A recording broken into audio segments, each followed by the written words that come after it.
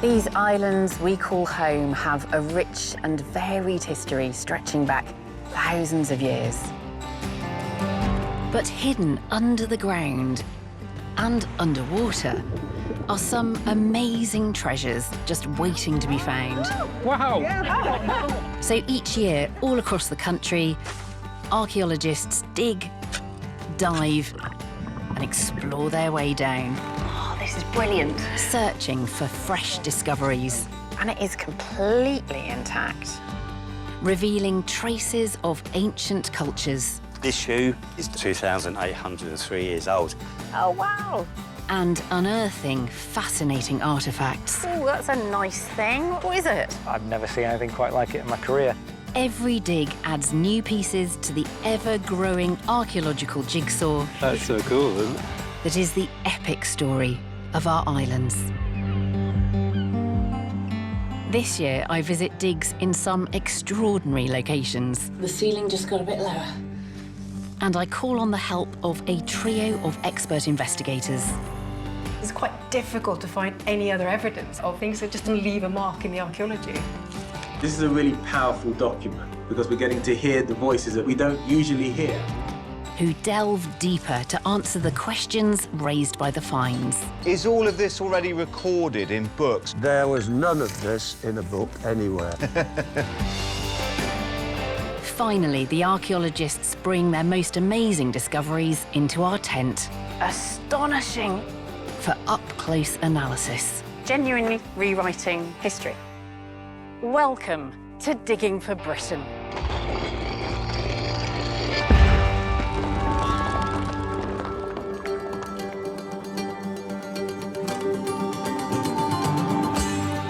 This time I'm travelling around the north of Britain to uncover the region's most exciting new archaeological digs. The largest single Roman building ever discovered along Hadrian's Wall Probably the star find of my whole career. shocks the experts Wow! and reveals links to a Roman emperor here in Britain. The north of England would have been the centre of the Roman Empire. Isn't that crazy? On a remote Scottish peak, a lost fortress pushes archaeologists to their limits. It's the most challenging excavation type you'll get in Britain. But uncovers remarkable new finds. That's so cool, isn't it? You never find the other half of these querns. And in Durham, a riverbed gives up its medieval treasure. These pilgrim badges are incredibly rare finds for the north of England.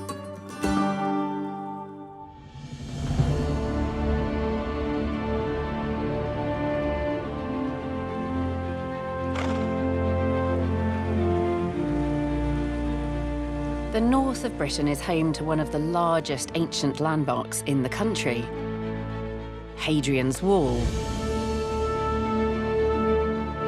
Built after decades of brutal and bloody conflict with what the Romans called barbarian tribes in the north.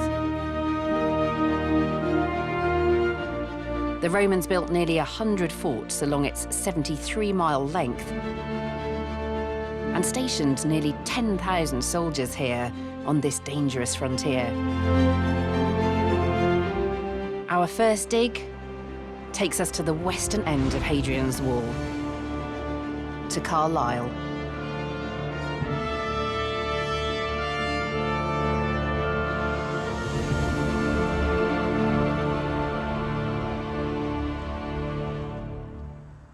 I've come to Carlisle because, you've guessed it, I've heard about a fantastic dig that's happening in a very unusual place, Carlisle Cricket Club.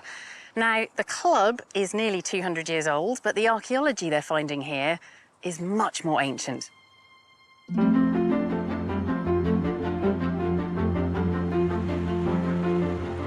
In 2005, the River Eden burst its banks and flooded the entire cricket club. Now the club want to build a new pavilion on higher ground. But being so close to Hadrian's Wall, they had to check the site for any archaeological remains first. And they called in Wardell Archaeology, assisted by a team of enthusiastic volunteers. They just expected to find some medieval rubbish. But what they've actually discovered is far more exciting. A huge Roman building full to the brim with Roman finds. Piece of plaster. That would be Roman, that would be. Lovely piece of Roman glass, and you can just see the colour. It's a really lovely sky blue. Something really special is going on here, so everyone's wildly excited. Brilliant. Oh, so it's quite big. Yeah. Frank Jecko is leading this very surprising dig. So what is this building that we're looking at? Well, we call it a bathhouse, but it's not a conventional bathhouse. It's 50 metres by 50 metres. That's huge. It is, and it's 2-storey. How do you know it's 2-storey? Some of the surviving bits of wall, they're about 1.20 m wide, and the foundations are at least 1.30 m deep, so it's huge. So you know that that's big enough, solid enough to be supporting. You wouldn't need that for a 2 stories single-storey building. Yeah. Now, I can see lots of intriguing archaeology over there. Can we have a bit of a tour? Yeah, let's just come into sight. This extraordinary Roman bathhouse is bigger than the trench. It is enormous. In fact, we think it's the largest Roman building ever found along Hadrian's Wall.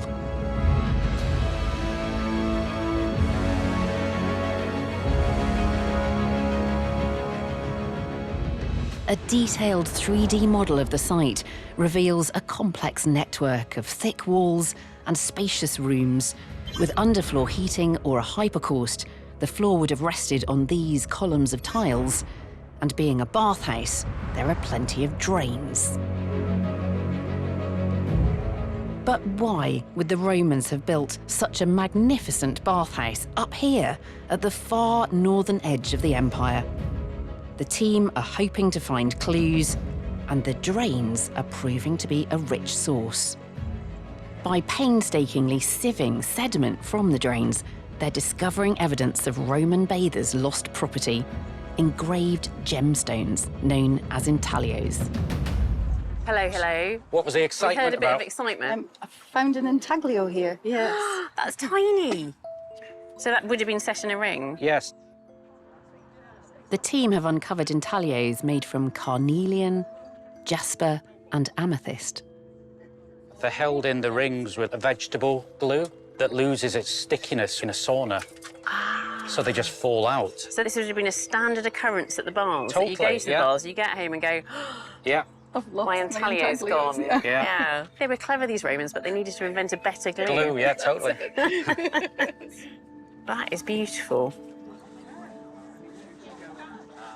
These valuable personal items link us back to the actual people who once bathed here, wealthy Romans. And hidden among the sprawling ruins, the archaeologists are also uncovering unusual architectural details. Joe, Hi. what have you got there? Got some lovely examples of vaulting tubes, architectural structures that fitted together and form part of the roof structure. That's really clever. So terracotta tubes. Yeah. These tubes would have slotted together to create curved ribs to support a vaulted roof. Is it a standard way of building a bathhouse? No, it's not. I think there's only 4 examples of vaulting tubes being used. In Britain? In Britain, yeah, that we've found. They're North African design. Are they? Yes. So do we think that there are architects coming from that North African part of the empire? I think that's the idea, yeah, I think that's the idea. This isn't a natural British way of building. So they had to have somebody who had the knowledge to make these and to build them in some sort of structures. Maybe they're part of the troops, maybe the architects came along with the design and they came with the structure. Yeah. Yeah.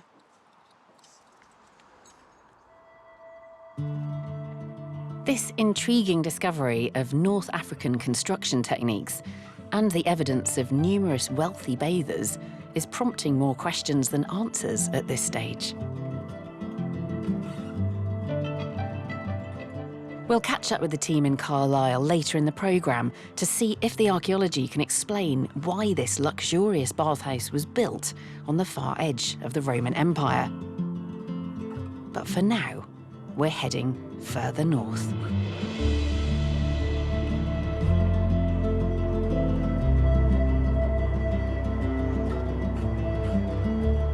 In the rugged landscape to the north of Hadrian's Wall, the last of the free, the Caledonians, stubbornly resisted Roman occupation. But even these remote, beautiful locations are filled with clues of thriving ancient cultures. In Shetland, the Broch of Clecimin housed an Iron Age community more than 1,600 years ago. And the Callanish standing stones on the Isle of Lewis were first raised nearly 5,000 years ago, long before Stonehenge.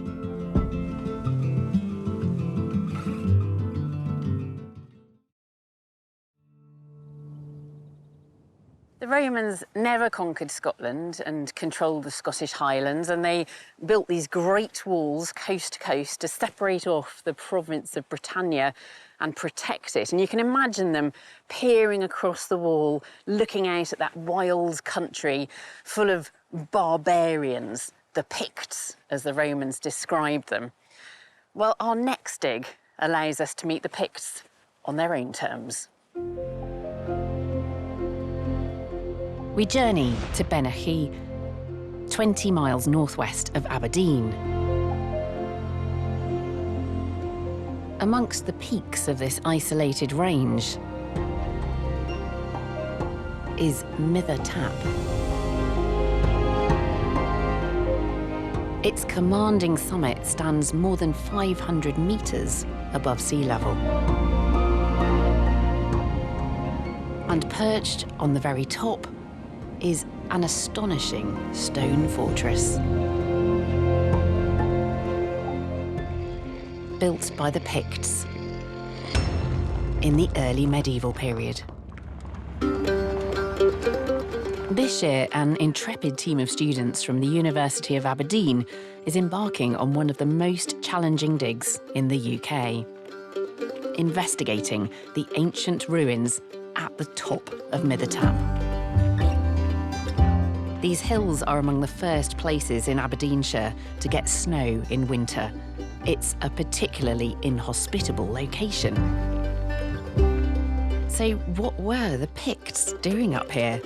The team want to find out if it was a temporary military camp or something much more significant. But it's a long way up. Day 2 in this climb is not going to get any easier. It's the most challenging excavation type you'll get in Britain. So well done, you made it up the hill for the second day. Just happy to be here. I think they either love it or hate it. I don't think there's anything in between. Gordon Noble is leading the dig. We've opened quite a large trench and we're just beginning to get down now to the settlement layers. And so this is hopefully where the excitement begins.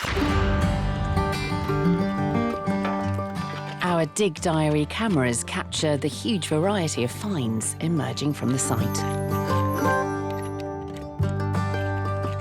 I think it's a little bit of flint. There was an audible gasp escaped. Yeah. So yes. You got good work. Thank you very much. A little bit of iron. A little bit of a tip of a nail, maybe. And they've also unearthed half of a quernstone. It's nuts to think that they'd have been grinding grain up here. That's incredible, isn't it? Do we have a finds bag big enough for that? No. Right, just need to find the other half.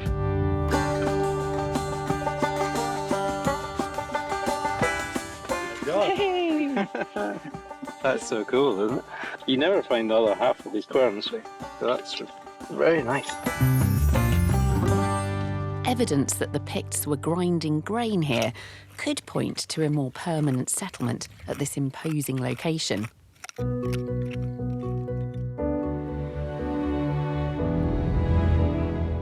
The remains of two formidable stone ramparts encircle an upper and a lower citadel.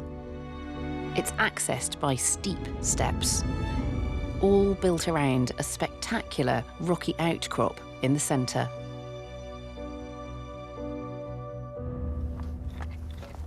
This year, the team are opening trenches in the lower citadel, looking for evidence of settlement here. And as the dig progresses, traces of Pictish life start to emerge. What have you got there, Thomas? It's a abandonment boat. I believe it's cattle. Tooth. Probably pig. Tells us that they're eating different things on site, they're butchering different things. Pigs are often associated with high status, and they're usually quite a convenient animal for feasting as well. And along with this evidence of fine dining, the team are also uncovering traces of industry. Bit of burnt clay, and on one side of it, there's what looks to be vitrified material, almost like it's been used in the metalworking process. So we could have some sort of a metalworking area here, maybe. Oh my God, it's incredible. The team is starting to build a more complex picture of life within the fortress. But they're finding themselves at the mercy of the elements. We've got a thunderstorm again. It's the realities of digging in northern Scotland. Yeah. With the weather closing in, I've asked Gordon to join me in the Digging for Britain tent to share everything he's learned about Pictish life at Mither Tap. Gordon, this seems like a pretty incredible site. What were you hoping, what were you expecting when you first set out to dig there? Well, it's one of the more extreme sites we've dug, that's for sure. And it must be one of the best preserved hill forts in Scotland. And now, on this hilltop, we're actually finding some of the best evidence for the kind of everyday lives of the Picts that we've got, really, from this region. So what have we got here, then? So we've got some of the indicators that this was a high-status location. Yeah. So we've got little tiny sherds here from crucibles. So these are the little clay vessels they're using to melt down bronze or silver and pour it into moulds, and this is what these are. Probably for casting a big penannular brooch, which would have been one of the big status symbols of the day. You know, the I mean, elites that's in such a society. tiny fragment It to is. be able to know what this is and the relevance of it. And you're not finding the metal then, you're just finding the evidence that they were exactly, yeah. doing metal We find work. some of the residues of metalworking, and these are bigger shards of crucibles here. Yeah. But they were the ultimate recyclers. They've taken away all the metal and left behind the things that weren't any use to them. Yeah, metalworking right up on the hill. Does this suggest there's something more there than just a temporary military camp? Absolutely. I mean, it's one of the extreme locations in Aberdeenshire today. It's the first place to get snow. But the evidence we're beginning to get into how these sites function certainly suggests that there are people living there. Yeah. Mm-hmm. There are a few other finds to look at here. What have we got here? They're intriguing. It looks like a couple of pebbles and then what looks like a tiny pyramid. Is it stone? Yes. So we think they're gaming pieces. Again, it shows you more about the kind of everyday lives of the Picts and some of the leisure pursuits. Yeah, it's not all work. It's not all work. Helps bring them alive a bit more, doesn't it? It does, yeah. And then this... But it's actually Pictish pottery. And if you'd asked me a few years back were the Picts in this region making their own pottery, you would have said no. Really? Because there's so few sites investigated. Yeah. But now a few sites, including Mither Tap, we're beginning to find a native tradition of making their own pottery vessels. So it's just been missed archaeologically in the past, it's just there's been so few sites found. And the way the Picts were building their structures tends to be in very ephemeral ways. So down in the lowlands, you can imagine they just get ploughed away. Yeah. But in these upland sites, because no one has intensively farmed these locations for obvious reasons, being 550 metres up, we're getting some of the everyday objects of Pictish lifestyles. So this suggests that you've got these places which I think today might feel to us to be quite remote or difficult to get to, but actually they're quite familiar and lived in. Yes, absolutely. And they probably had a completely different concept of what was marginal and what was central in that time period. I think, this is incredibly visible from the region round about. Yeah. So you can imagine to actually place a hill fort on top, that would be a real marker of power and status, being able to do that. It's a statement. It is, yeah. And, you know, they seem to be like any other group in this time period, you know, warring societies, expanding their territories through conflict and conquest. It's all sounding very Game of Thrones. It is a bit, yeah. But it is fascinating to find out more about their lifestyles and their major sites.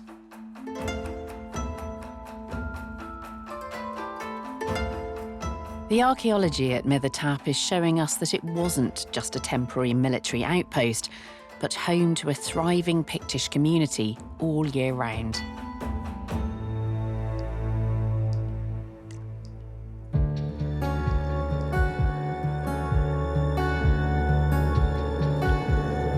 Could we retrace our steps, perhaps? Wind back our minds and can you remember what it felt like in the beginning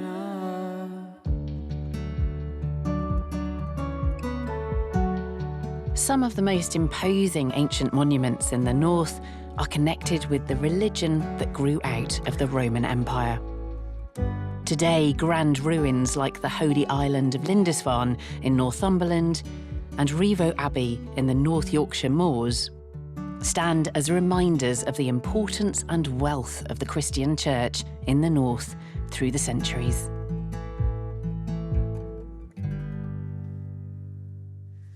Pilgrimage was really important in medieval life. There were pilgrim sites right across Britain and Ireland and routes connecting them. And if you really wanted to pull those pilgrims in, it helped to have a dead saint, or at least a bit of a dead saint. And this was big business. This was the tourism of its day. And there was a whole manufacturing industry that went along with it, providing merchandise for the pilgrims to buy. A wealth of artefacts for archaeologists to find in the future. Our next investigation takes us to one of the most important Christian pilgrimage sites in England, Durham.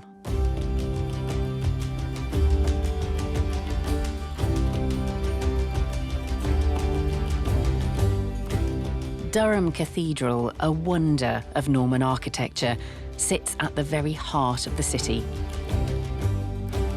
It's home to the shrine of St Cuthbert, one of the most important early Anglo-Saxon saints in England.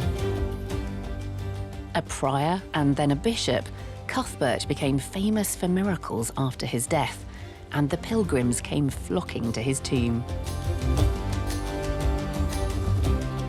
The Elvert Bridge dates back to the 12th century, allowing pilgrims to cross the River Wear on their way to the cathedral.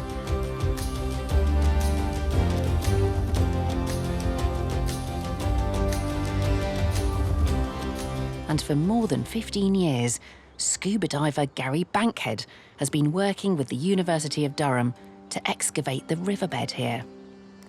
To date, I've recovered over 13,500 typically small metal finds. The riverbed below the bridge is full to the brim with small finds.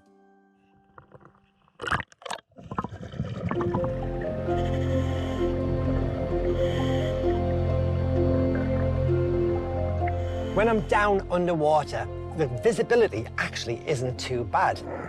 I only need to be able to see as far as my hands, and I'm underwater for about 2 hours. And during that time, I'll discover anything from 80 to 150 small finds.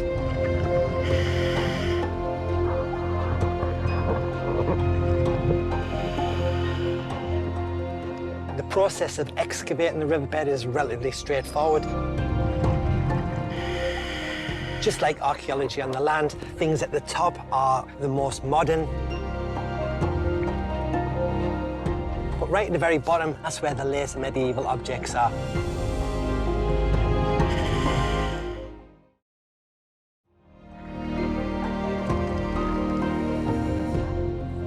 Gary takes every object he finds to the University of Durham Museum, and many of them are providing us with connections to medieval pilgrims crossing the Elvert Bridge. ampulla, for me, are really, really exciting. They are pilgrim badges, often known or referred to as pilgrim signs. Pilgrimage was undertaken by people of all classes. And just imagine you visit a holy shrine, you'd like a souvenir. Today, you'd probably buy a T-shirt. But in that medieval period, they bought badges. The original form are of this type. So these are little lead ampulla, essentially vessels that were designed to hold either consecrated oil, holy water, or even dust, anything that had been associated with or in contact with the shrine of a particular saint. These were mass-produced objects, so they were relatively cheap. They were made of lead or pewter, crimped shut at the top, had little lugs on either side, so they would have been worn suspended around the neck. These are incredibly rare finds for the north of England. Ampulla in particular are very rare.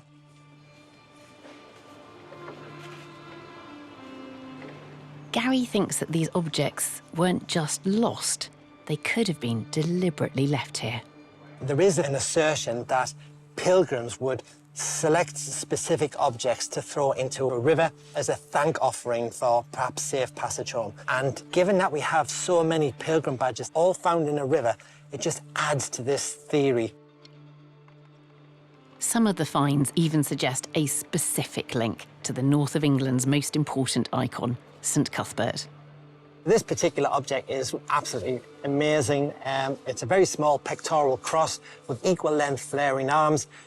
The form of this particular cross is incredibly similar to that of St Cuthbert's golden cloisonné cross. It is incredibly rare. It represents the only material culture evidence of pilgrimage to the shrine of St Cuthbert of Durham that's ever been found. With this evidence of pilgrimage surfacing in Durham, historian Onyeka Nubia has come to the cathedral to investigate the real story of how the 7th century bishop, St Cuthbert, inspired a medieval cult.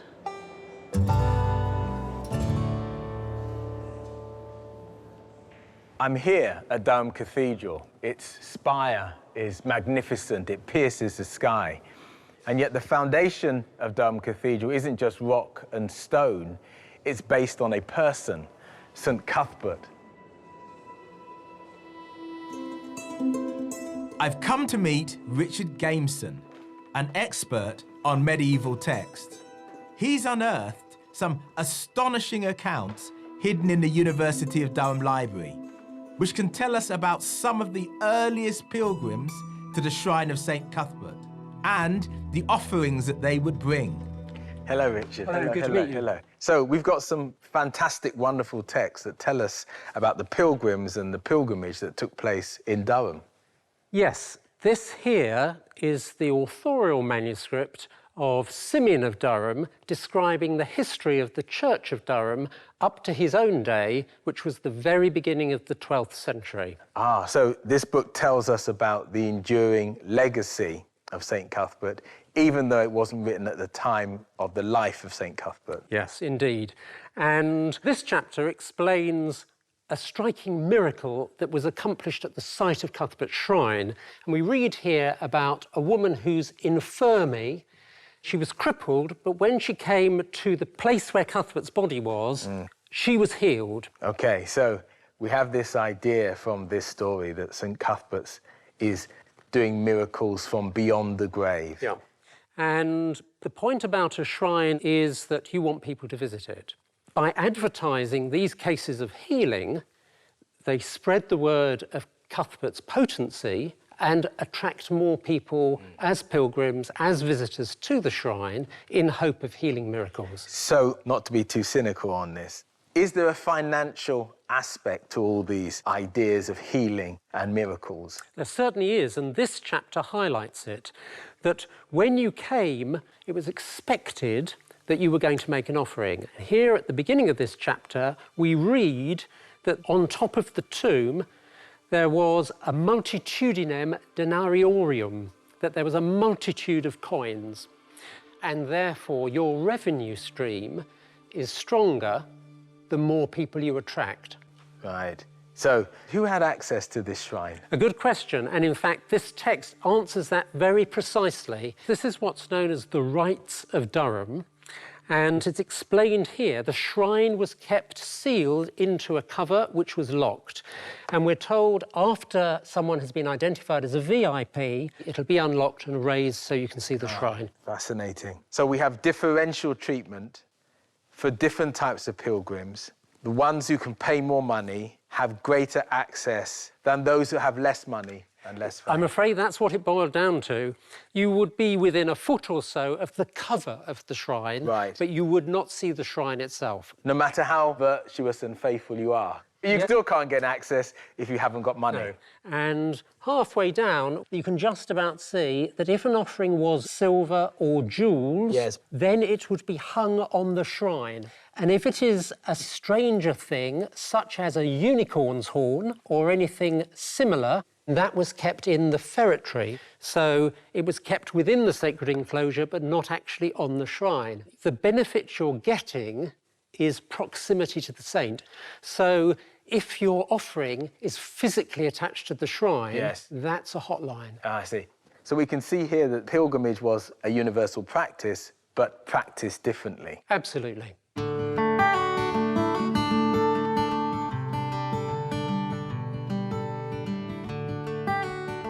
The sources here are clear. Rich people thought that St Cuthbert was their saint. But the archaeology gives us another story. Ordinary pilgrims, denied direct access to the shrine, made their meager offerings of lead and pule and pilgrim badges to the river. And yet, ironically, it is those very humble offerings that have stood the test of time.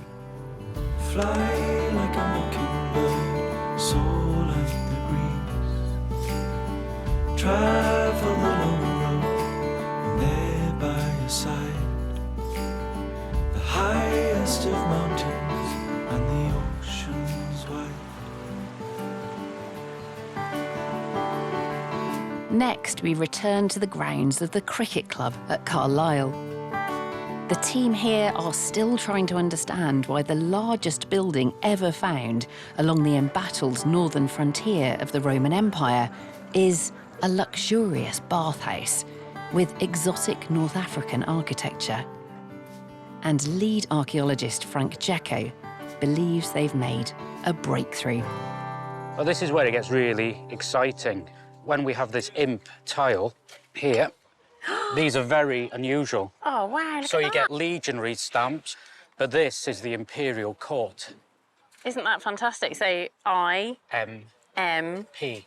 P, all joined together. Imperator. Does that mean that the emperor's here?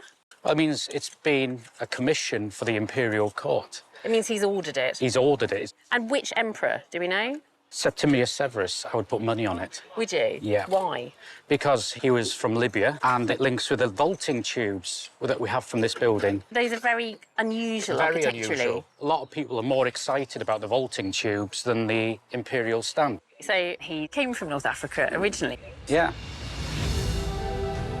Septimius Severus was born in the year 145 in Libya, North Africa. He led military campaigns in Mesopotamia and Africa, and in 208 he arrived in Britain with more than 40,000 soldiers. His goal was to march north and finally conquer what he saw as the barbaric tribes on the other side of Hadrian's wall. With this discovery of an imperial connection, it seems likely that this huge bathhouse was built for none other than Septimius Severus. Wow! Look at that colour. What is it? We think it's pigment. Some kind of mineral? It's up for debate. We thought it was, but they say it's now inorganic. The experts agree that it's not quartz, but it's so unusual they have yet to pin down exactly what it is. Oh, that's extraordinary, I've isn't never it? seen anything like it. But if we have got purple pigment on this site, you can't get any more imperial than that, can you? Because, of course, purple is the imperial colour. Yeah, nobody else is allowed to use it. It was, you know, you'd be executed for using purple. The emperor wore robes dyed purple. Yeah, and this is a direct commission to the imperial court. We know Septimius Severus was up in the north of England. He comes up with his wife and his children. So for a short while, the north of England would have been the centre of the Roman Empire. Isn't that crazy? The capital, effectively. Yeah, because the Emperor's imperial here. court was here with his family, yeah. The evidence is suggesting that this spectacular bathhouse may have been used by the Emperor Septimius Severus himself and his court. And our Dig Diary cameras capture the moment the team make their most monumental discovery. We just found this, what we thought was a large boulder, but on the other side, there's a sculptured face of a lady. So we're incredibly excited. This will be the first sculpture we've had from our site. And I think we're just about now at the point of lifting it and turning it over. OK, 1, 2, 3. Oh, wow! Oh, my gosh! Incredible. It's stuffing in more water. Stunning. Stunning, and the hairstyle. Yeah. Well, look at the hair here. Yeah. This is braided hair. Yeah. Yes. It's very excited. This is our star find, probably the star find of my whole career.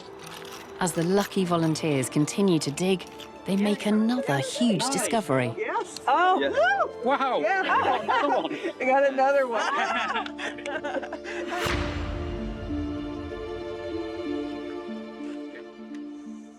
These are absolutely mind-blowing. Yeah, stunning. Wow. They're very weird. They're very, very strange. Is there anything like them from Nothing. Roman Britain? No. And a very strange style. And a very strange style.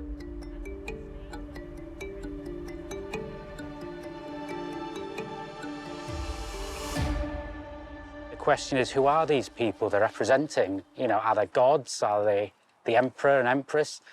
And the current thinking is they're theatrical masks. But why would you have theatre masks on a baths? Well, you have them because they're sort of good luck things. So when you're naked in a bathhouse and vulnerable, they're sort of there to protect you. So that's the idea. So it's like to ward off evil.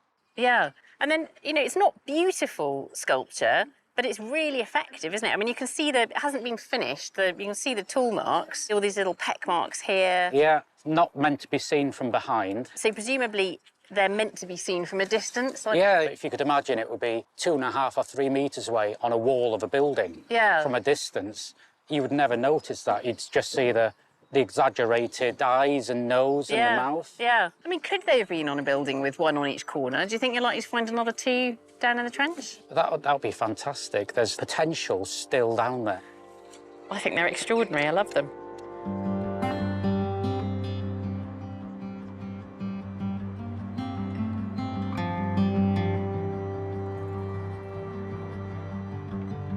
What an incredible dig, showing us the apogee of Roman civilization and all their finery and luxury. But we need to remember why that emperor was here. He's about to launch a reign of terror in Scotland. So set against those beautiful objects and this astoundingly magnificent bathhouse, we've got the beginning of one of the most brutal and violent periods in British history.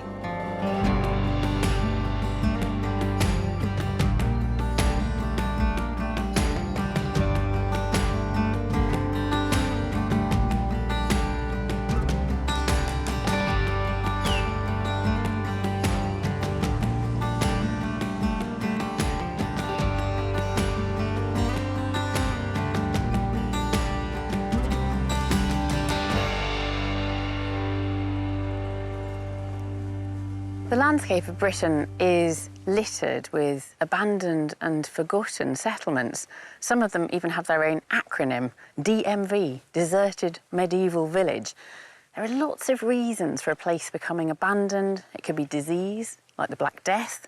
It could be a change of land use, a rich landowner deciding to boot people off to make room for more sheep.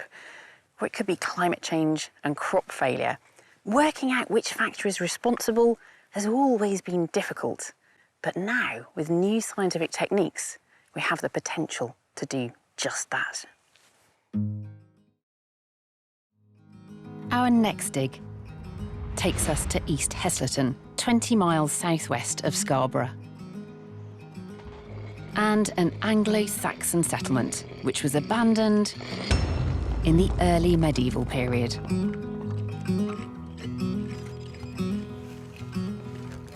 A team of students from the University of York are hoping to get to the bottom of the mystery of the disappearing settlement at East Heslington.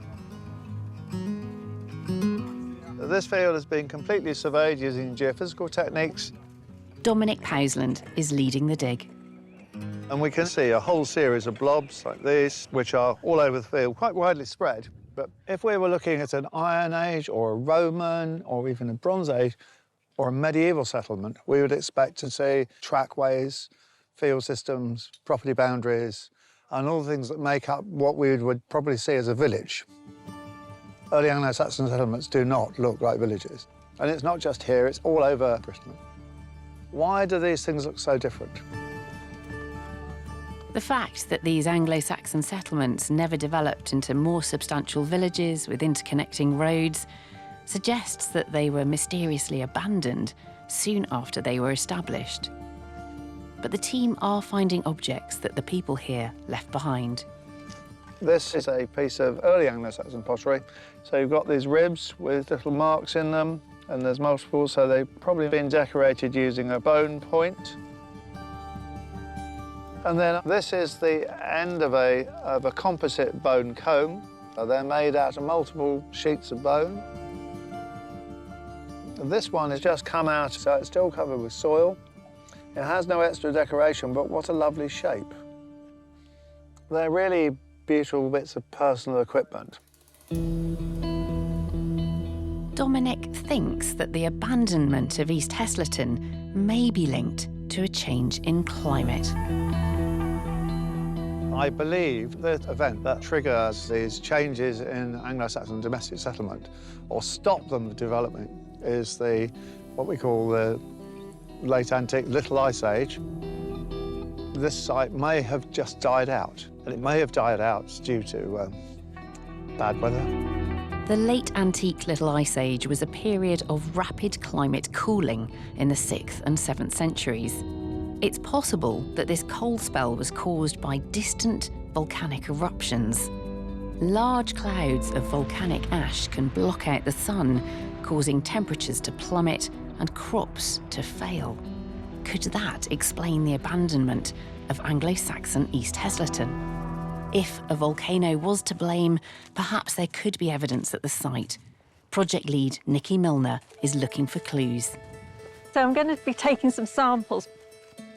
Tephra is volcanic ash and cinders, and tiny particles can be carried in the air far from the site of an eruption. We don't need a lot. The tephra is very, very small, and we can just put a small sample like that into a bag, which will then be sent off to the specialist to see if there's any tephra within it. This is a piece of new research. Nobody's done it on archaeological sites of this period before. But if we can correlate the events with the archaeology, I think we're in a very good position to start reassessing the whole of early Anglo-Saxon England. Let's put it that way. The sediment sample from East Heslington has been sent to Simon Blockley at Royal Holloway University for analysis. Bioarchaeologist Kat Jarman has headed there to find out the results. Simon is pioneering a technique to look for tephra for the very first time on an Anglo-Saxon site. Hi, Simon. Hi, come in. Thanks. And he's going to show me how it's done. So, Simon, we're talking about tiny little microscopic pieces of ash that can't be an easy thing to actually find. It's incredibly difficult. If we find a volcanic glass shard, it'll be about 100 microns across, which is a tiny amount. It's about the thickness of one of your hairs. Right. So what's new about this is we're looking for it in an Anglo-Saxon archaeological site, and that's really, I think, never been done before. It does look quite challenging, but can I have a go? Please feel free, yeah. OK.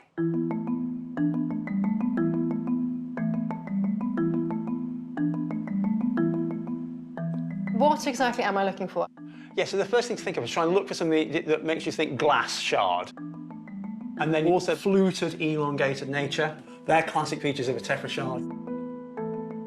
Some of them look similar, don't they? They do. You get quite a lot of mimics. Yeah. But you, over time, you learn to identify what is tephra. So just to spot them.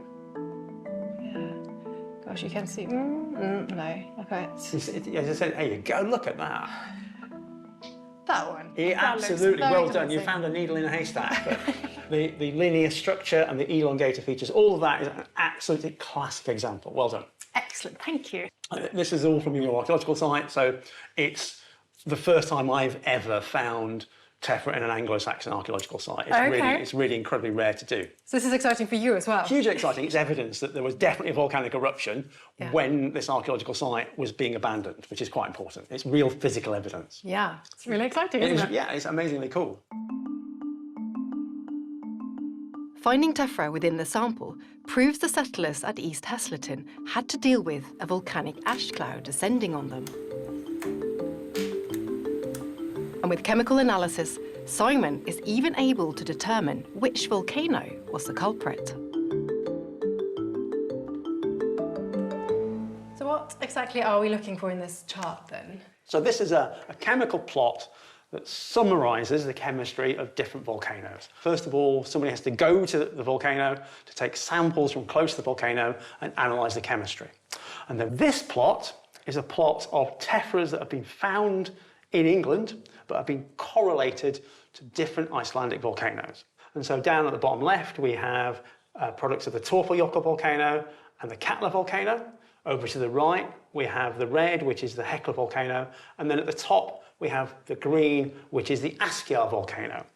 And our Heslaton data, the yellow, plots closest to the Askja tephra layers. So we can say quite confidently, actually, that this is an eruption from Askja, which is really interesting because no one's found an eruption from Askja at this time yet, until now. Brilliant. So this is a brand new volcanic eruption that we didn't know about. Absolutely, yeah. That's very, very exciting. But it also allows us to say that there's an Icelandic volcano erupting at the time that this site was being abandoned.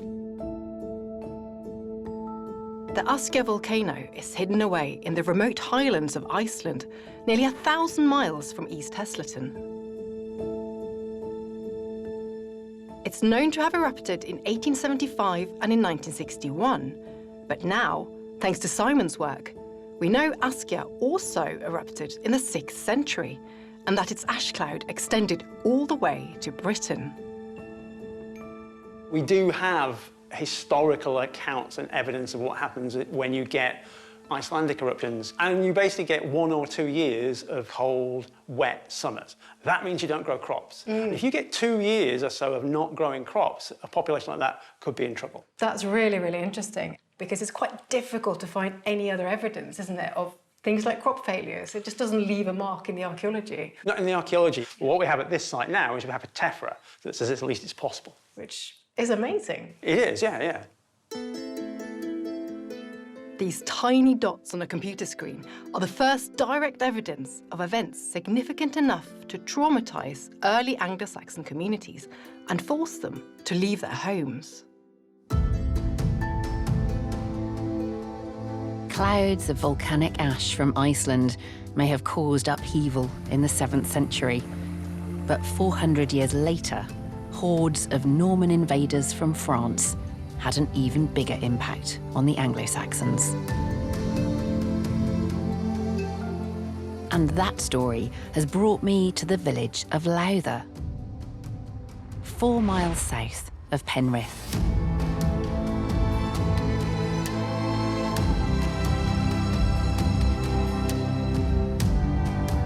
Here, hidden among the fells, waters and forests of the Lake District, is Lowther Castle.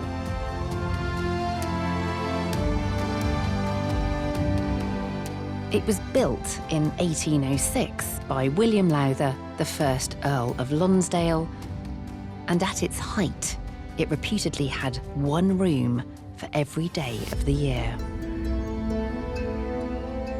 Today, the castle is undergoing a transformative restoration. It looks like an ancient ruin, but it's only 200 years old. It was lived in by a few generations of the Lowther family, and then in 1957, the then Lord Lowther was running out of cash, and so he demolished it But at least he took the roof off and he took a wrecking ball to some of the walls. And so now it just sits here in the landscape as a rather romantic ruin. But there's a much older story playing out in the grounds.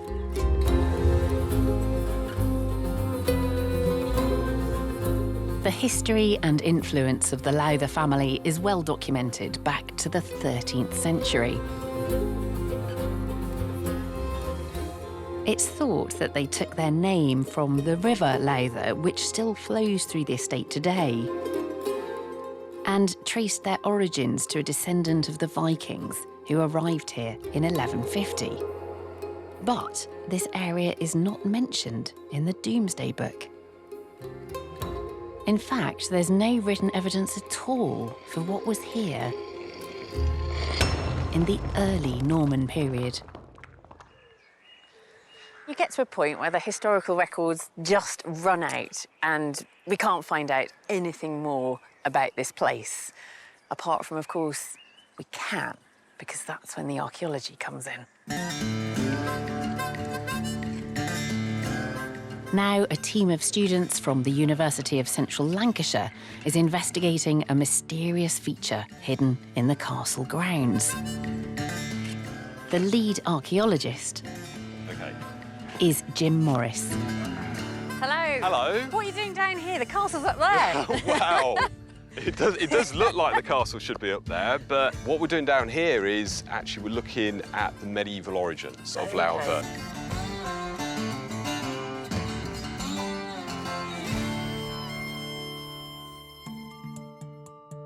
Deep in the woods, Jim is investigating a huge ditch and bank earthwork, more than 10 metres across and 8 metres high. It was completely overgrown, so we've cleared all this undergrowth. He believes that this earthwork predates any historic record for the area. So are we walking through the original entrance here? We think, yes, that this is the original entranceway. OK, and there's a lovely cobbled floor which is coming up. Yes, and we think we've got this spread across the whole interior. So it's a yard Yeah, inside that's here. a really nice way of thinking about it. And you've got a section right through the bank there. Yeah. Can we go and take a look at that? Yeah, of course we can. This raised, cobbled area is surrounded on all sides by steep slopes, perfect for defending the interior. I mean, they're quite impressive, aren't they? They are quite impressive. From the interior, quite small, but actually you can now see they're actually quite substantial ramparts, especially on this side. I think they're formidable. Yes. It's a lot of work. It's a lot of moving of earth. It is, but it's not very technical. Yeah, So actually, the reason we've cut this trench across and we've kind of gone down through is to look and see how this mound was all created. So what we've found is layers of stones, then a big mass of clay, then another layer of stones, and a big mass of clay, and then another layer of stones going on up. So relatively simplistic, actually, to construct. Yeah. It's like a motte and bailey, but without the motte. Without the mound in the middle. Without the mound in the middle, yeah. So in effect, you've got the bailey part. Yeah. Jim believes this simple earthwork has the hallmarks of an early Norman castle. But that's difficult to appreciate from the ground. So having chatted to Jim and also sitting up here so I can get a really good idea of the shape of it, I've drawn what it would have looked like.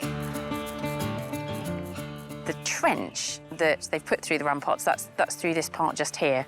And Jim thinks there would have been a timber palisade which runs all the way around the ramparts on the top. We've got the entrance down here, which would have been guarded by a gatehouse. And then perhaps a tower up here where I'm sitting, with this commanding view over this little Norman fort.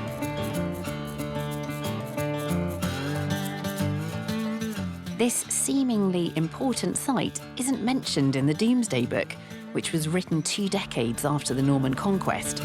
So, to investigate when and why the fortress was first built here, medieval historian Sophie Ambler has been trawling through the Lowther family's personal medieval archive. Sophie, hi. Hi, hello. So these are the historical documents. What do they actually say? Well, They tell us a little bit about the landscape of the site because they are portioning up very small portions of land, an acre here, half an acre there. Yeah. And this one here is particularly special because we can date it. So this is given at Lowther on the Saturday after the feast of Easter in the year 1278. Wow. So it's given at Lowther, which means it was given here in the Villa of Lowther, probably very close to where we're standing now. Yeah. Yeah. Oh, this is absolutely wonderful. And if we look here at this one, so this charter dates to the 1280s. And it's a charter drawn up for Alice, daughter of Peter of Thrimby. She's renouncing her rights in half a rood of land. That's 1/8 of an acre. Can you see above the castle? Can you see Castellum? Just here on the fold of the parchment. So do you think that castle is the one in the woods? I think it's very likely that this is the castle in the woods. Yeah. Exactly. I think that in the 1280s, this castle was still standing then. The people living in the village recognised it as a castle and they were using it as a local landmark. It might not have been in use then, but it's definitely there. But who built that castle? This is the big question. This is the big question. Now, in Cumbria, we have very little written evidence for the Norman period. Okay. And that's because Cumbria was not conquered in 1066 by William the Conqueror. When was it conquered? So it was conquered in 1092.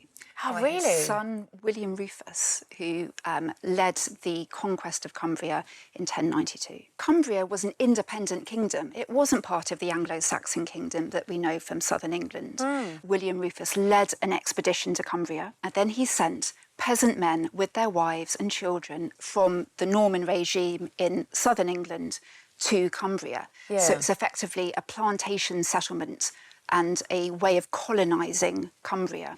And we're speculating that this site could be the first stage of the Norman conquest and settlement of Cumbria, because that's the sort of castle type that we would expect to see in rural conquest. Oh, it is fantastic. What an amazing archive to have. Occupying forces through history have established control with fortresses before sending in settlers to colonise the region. It seems this medieval settlement at Lowther was no different. Could this hastily constructed wood and earth fortification have been the vanguard of the Normans' final victory over the independent Kingdom of Cumbria, more than a quarter of a century after 1066? What a fantastic story. It's wonderful to be here just as the very first archaeological investigation of this castle is happening. There's more to find out, of course, there always is. But we're already learning so much about Norman Cumbria.